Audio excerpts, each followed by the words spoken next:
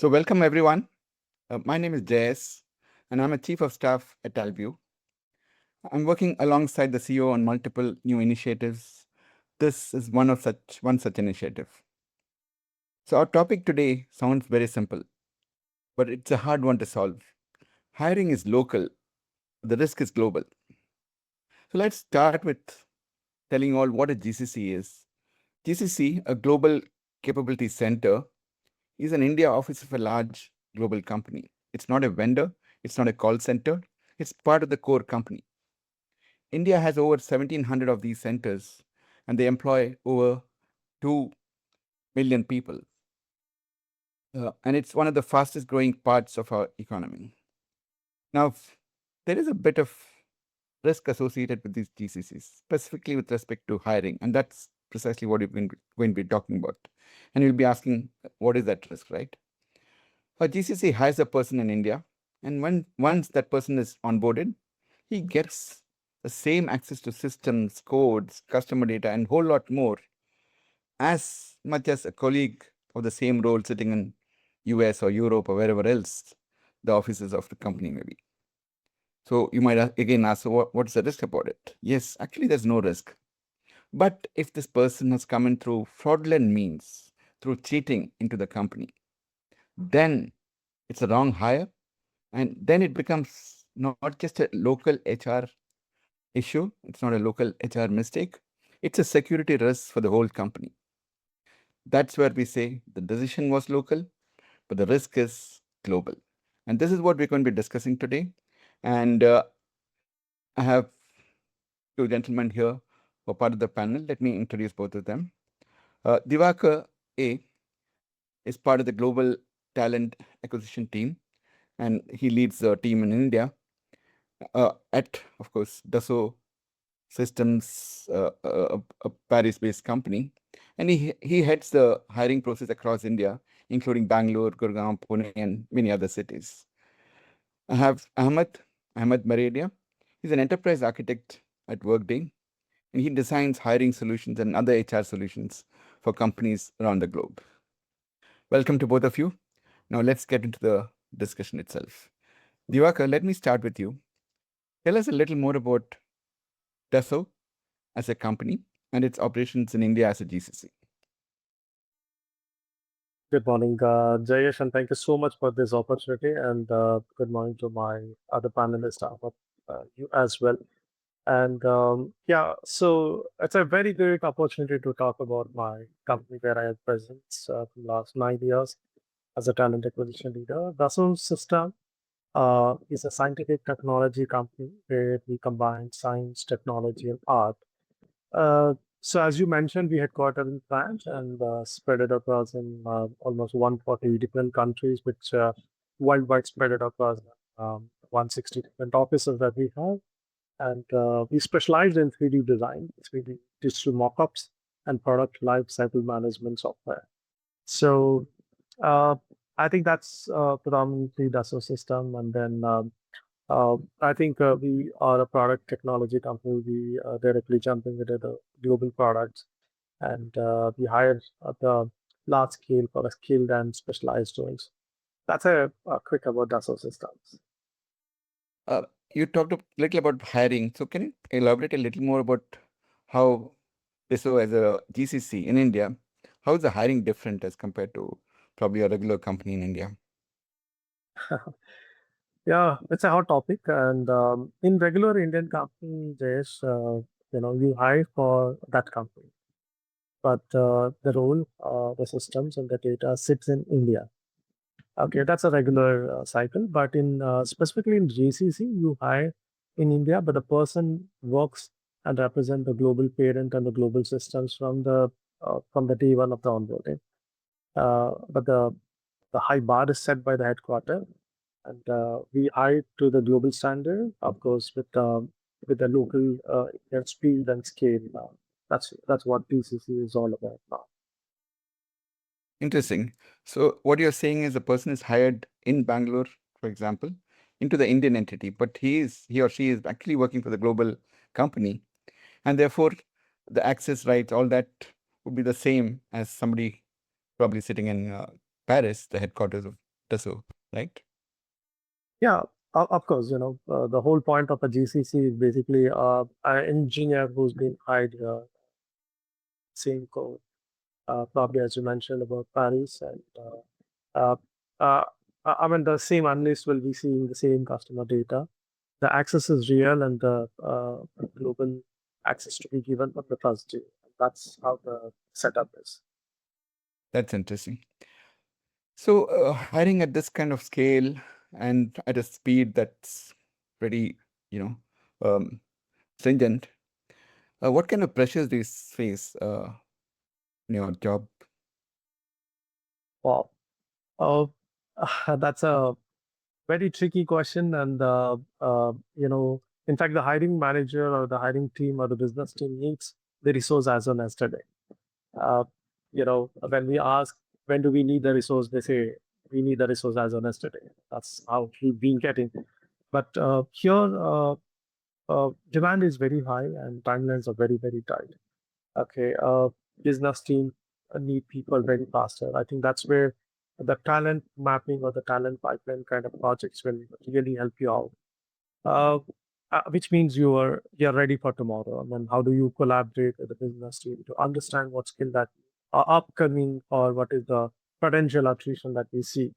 I think we generally look forward, that, and then you build talent already with the talent. And since we hired the last number across many roles, like engineers to architects or it could be leadership role, uh, I think this same things makes very highly faster.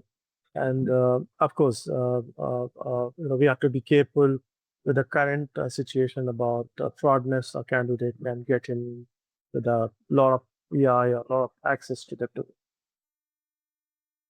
Got it. Okay, let me bring in Ahmed now. He's been waiting. Now, tell us more about Workday and how it runs the people side of customers' business, which of course includes hiring as well. First of all, thank you so much for having me here. And I'm glad to be sharing the panel with Divakar. Uh, Coming back to your question, so what is Workday? So Workday is the world's largest cloud-based HCM solution, which hires, like you said, the entire hire to retire life cycle of an employee for each of our customers. Not only are we a great fit for large enterprises with about 60% of Fortune 500 customers being our clients, but we're also a good fit for mid to large Indian organizations with global ambitions or for global organizations with a presence in India, as we allow our customers to bring in standardization across their global operations, while the flexibility of our platform also allows for customers to manage local regulations, culture, and other nuances. For a global company, that means one single trusted system and one single trusted data model to report against across countries, time zones, and teams. That is why GCCs love us, and so do companies that either have operations across different countries or those that aspire to do so, as it provides them a stable but flexible platform to grow their business beyond borders. And obviously, the entire journey starts from hiring, and we play in that area as well. And interesting that you say that it's a mix of local cultures and the need of a global company, right? Needs of a global company. And you're probably able to match the two because you understand both the situation, both sides of the scenario. And perhaps that's the reason why a lot of DCCs are looking at Workday as a solution to do their HR activities. Now, so what challenges do you see in terms of hiring at GCCs? You mentioned one of them being, to understand both local flavors as well as the needs of the demands of a global company. But other than that, do you see any other challenges today?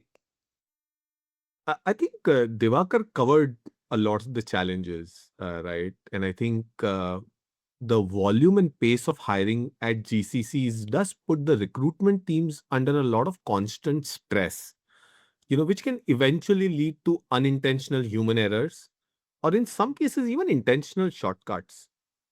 And I want to stress here when I say intentional shortcuts, mostly without any intent of malice.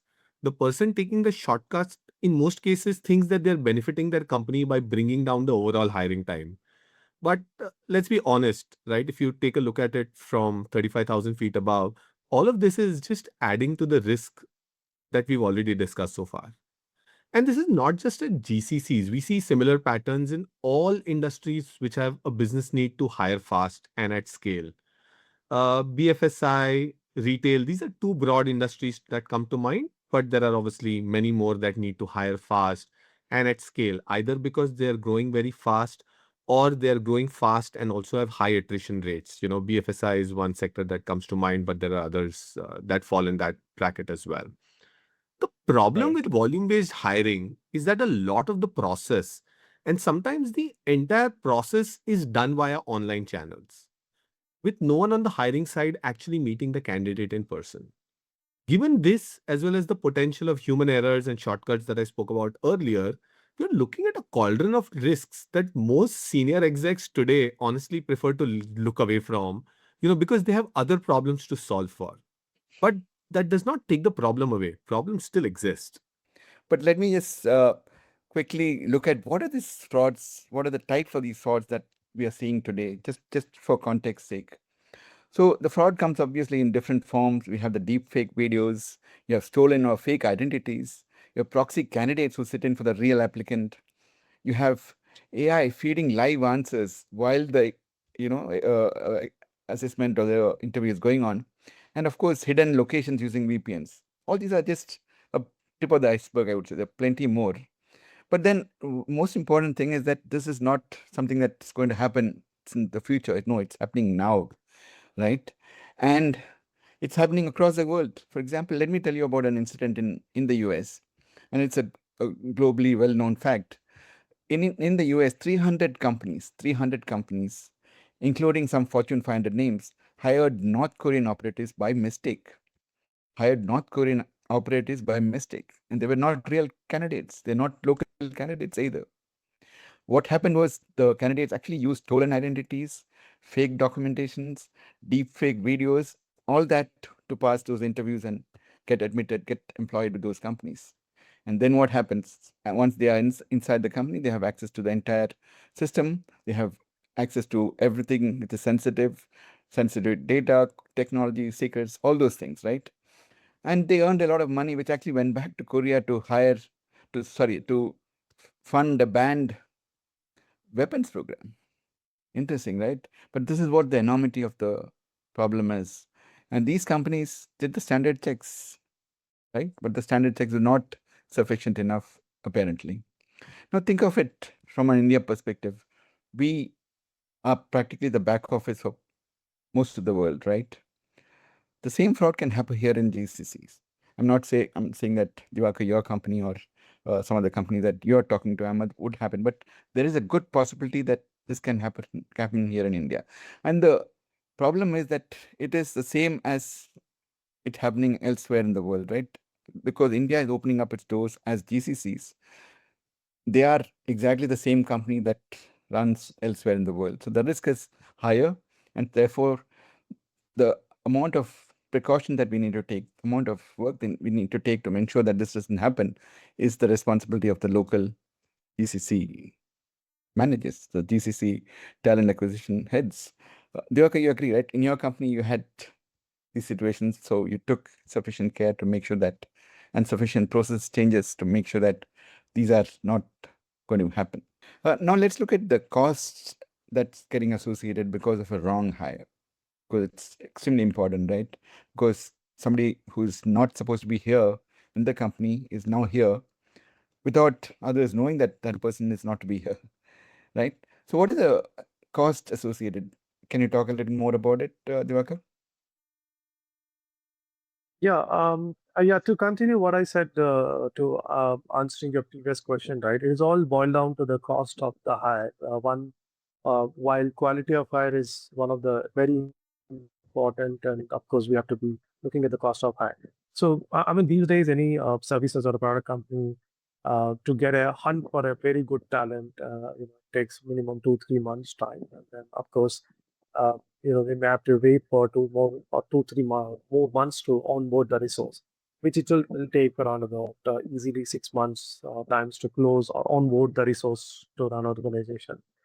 And yeah, I mean, of course, I spoke about 3 months a probation period. and then you may have to wait, you may have to do some certification. Initially, you'll not get into the project, or your skill will get into the certification, training, such kind of thing. Now, where I'm coming from, after 9 months of duration, we actually come to know this is not the right resource that whom I interviewed, or this is not the right resource for the project that we need. So this is costing 1 year, 1 good year, which means it's a direct cost involved.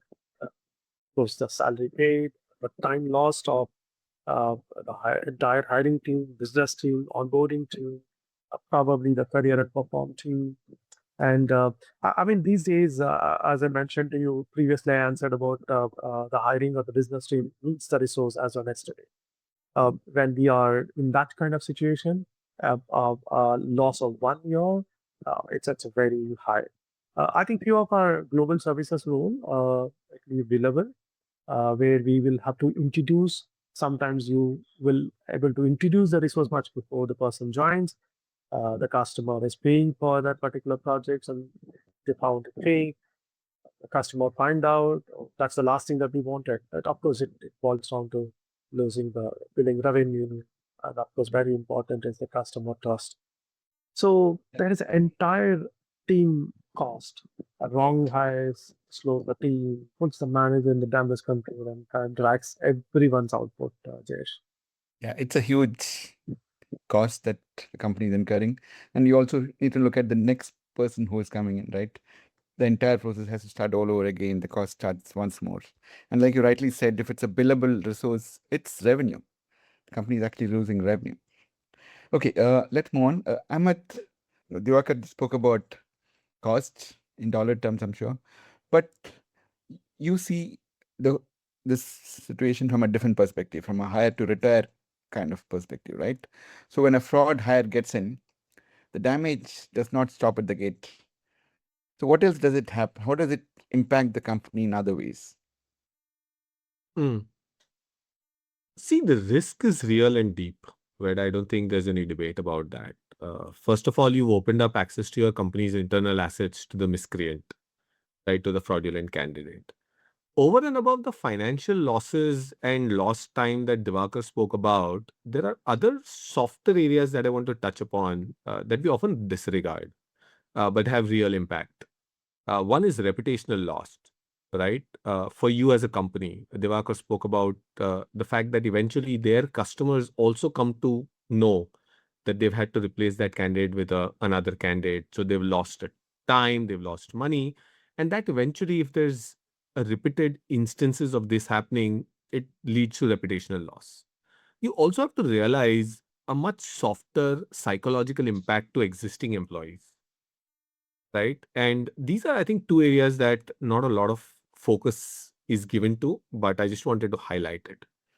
Secondly, because data is extremely important to me, as a tech person, I think it needs to be kept as sacrosanct as possible. And something like this contaminates the data and the process.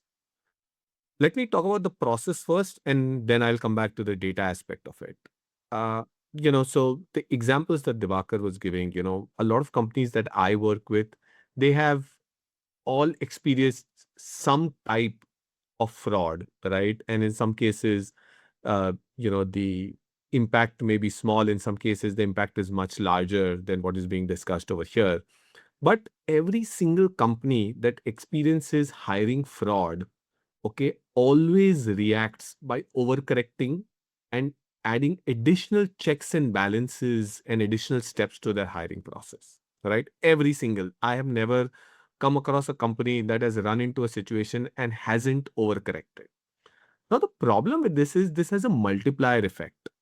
It obviously, the obvious thing is it slows down the hiring process, right? Your time to hire goes down because you have additional steps. You have too many steps that you've added, but you are also driving away top talent who probably gets a faster offer from another company who's competing for the same resource, right? Because you can be sure that the candidate is definitely interviewing with multiple companies simultaneously. You are not the only one he's talking to, he or she is talking to, right? And the longer and slower process that you have now moved to, right, is definitely putting you at a disadvantage. And you should also pay attention to things like word of mouth. younger candidates share a lot of their experiences online. And we all know that there are dedicated websites to share your interview experiences and things like that, right?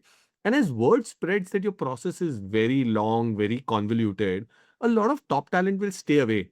And only those who aren't getting any offers at other places will apply, leading to an anti evolutionary scenario of adverse selection where you're actually getting, instead of the cream talent, you're actually getting the bottom rung talent. That's the only type of talent in your pipeline, right? So these are, challenges that process or changing your process can lead to. And then coming back to data, one fraudulent hire will actually, multiply the data entry will multiply across systems and analytics, right? And I can talk about this all day, but keeping time into consideration, let me just give one quick example. It makes the analytics unreliable. Even simple metrics like quality of hire by source, because Divakar spoke about the fact that they do take into consideration the quality of the performance of the candidate. I'm sure they also take into consideration the source, right? Because you need to aggregate all of that data. So something like that becomes unreliable, leading your organizations to start taking wrong hiring decisions, going to different sources, right? And then workflows planning becomes a guesswork when your records become dirty. And all of this can start a vicious downward spiral that you definitely want to stay away from. So, I've heard one bad hire can become a cost and risk multiplier across your entire business. So Ahmed, we've seen that the interview integrity and the fraud is a big challenge for us here, not just in the GCCs, but across other sectors as well. And it is getting more critical by the day. How does Workday meet this challenge of fraud and interview integrity for its customers? So, Workday is strongest at helping you manage your recruitment pipeline from sourcing to moving it forward, managing it, moving it forward, and eventually, helping you grow your talent across the entire journey and ensuring that it is always done in a consistent and compliant manner.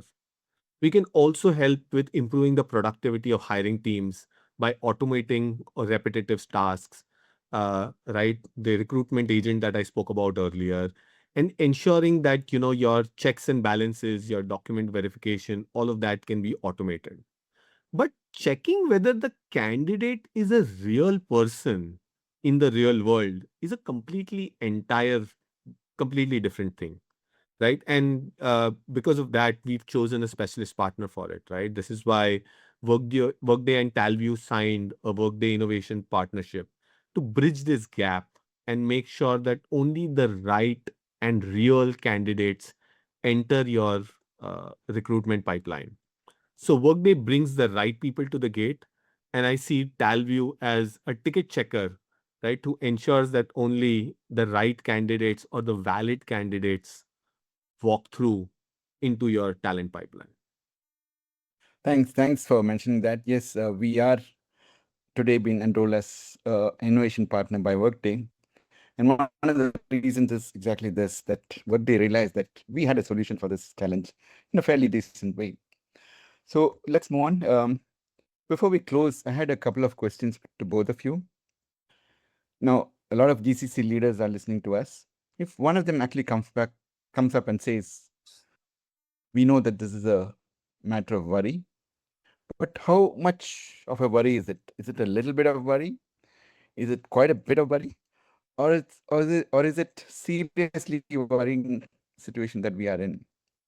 Oh, a question to both of you. So who wants to go first? Ahmed? Ahmad, Yeah, is it okay if I take? sure, Yes, sure. please, Divakar, sure. Oh, yeah.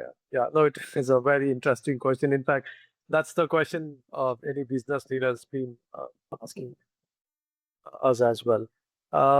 Yeah, see, if you ask this question, there is a few years before, I would have probably, or even Ahmad would have answered it, could be a bit worried. But the current situation, it's seriously worrying.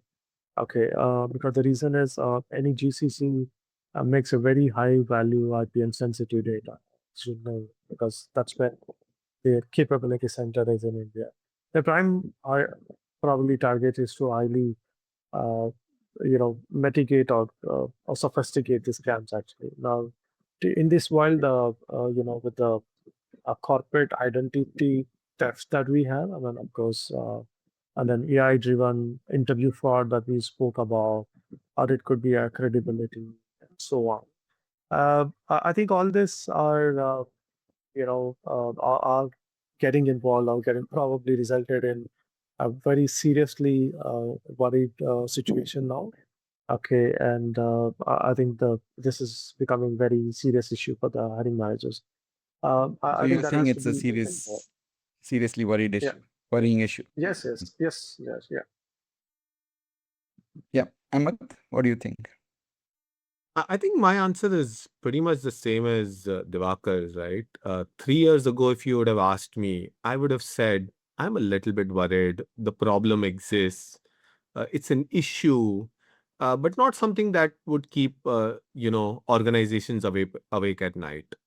But now with the advent of AI and this era where, making fraudulent things or where fraud is so easy and to conjure up and scam people is so easy, I am honestly seriously worried. Uh, because of, non-disclosure, I can't share stories, but some of the stories that I've heard from some of our customers, right, honestly would keep a lot of risk officers awake at night. And can't share those on open platforms and public platforms because of risk of non-disclosure agreements that we have with a lot of our customers. But my message to anyone hiring at scale and doing online hiring, right, I think Mm. treat this as a real risk, a real massive risk, not a small risk anymore. That's all that I have to say. I completely agree with both your sentiments. It is a seriously worrying issue, and everyone who's looking at recruitment, they should be completely aware of it and finding out how can they take care of this for their organization. So we would like to close now, but any thoughts from you? Just quick 1 minute. I think we've covered a lot of aspects. I don't have Okay. anything more to add. Divakar, anything Yeah. that you want to Yes, add? Jayesh. In fact, we covered and we discussed a lot of things, but I think we are smart enough for the current situation with things which is moving across, and we know the problem statement. This is not the time to talk about the problem statement. It is how do we give permanent solutions to the today's technology world. I think we need to all work towards that direction. I think that's what I would give a key message here to close this. Right. I just have I just one had more one more. thing. I just Sorry. had one Go more ahead. thing to add to what Divakar said. I think, his point about, being taking action and not worry, right? I think it's it's going to be a cat and mouse game going forward, especially with AI in the picture. And organizations will have to keep improving their risk mitigation measures. And believe me, fraudulent candidates will come up with new ideas, and we will have to come up with new solutions to figure out those. So it's going to be a constant cat and mouse game, at least for the foreseeable future, is the way I look at it. Great. I think talking about new ideas, I just want to take a minute more on that. You Mhm. heard of CIBIL scores, right? We all use CIBIL scores, Mhm. and banks use Yeah. that to give loans to consumers. Consumer product companies give EMIs based on CIBIL scores. Now, what if we had something on the same lines for candidates, a trust rating that actually follows them? Would that be a huge deterrent for them from not getting into this? So, however much we try to block this, identify the problems, all that is great. But suppose we are able to nip it in the bud, so to say, so that more and more people just stay away from doing something like this. Wouldn't that be a great idea? Just because you spoke about new ideas, I thought I should bring this in. What do you think, Ahmed? I think it's a pretty interesting concept, and I can definitely see how it can be a powerful gatekeeper. It can help mitigate risk. It won't completely take the risk away, but it'll actually, at the top of your pipeline, it can mitigate some of the risk. And I'm definitely looking forward to see how it shapes up. Not only from a risk angle, which is obviously important, and I think that's probably what you're trying to solve for, but I think it'll also make the candidate experience better for honest candidates, because now they are not, competing for the same job in a mixed pool of fraudulent and honest candidates. They're only now competing for, so basically, I think it makes their candidate experience better as well. Uh, I think it's pretty interesting.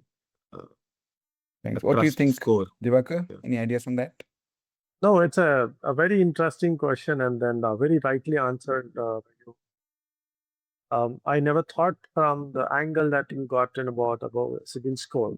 It's not only about probably identifying the fake candidates or whatever it may be. This civil score should also add a candidate who's backed out at the final stage, accepted offer, wait 90 days, wait for an organization, and so on. I mean, it's a complete package.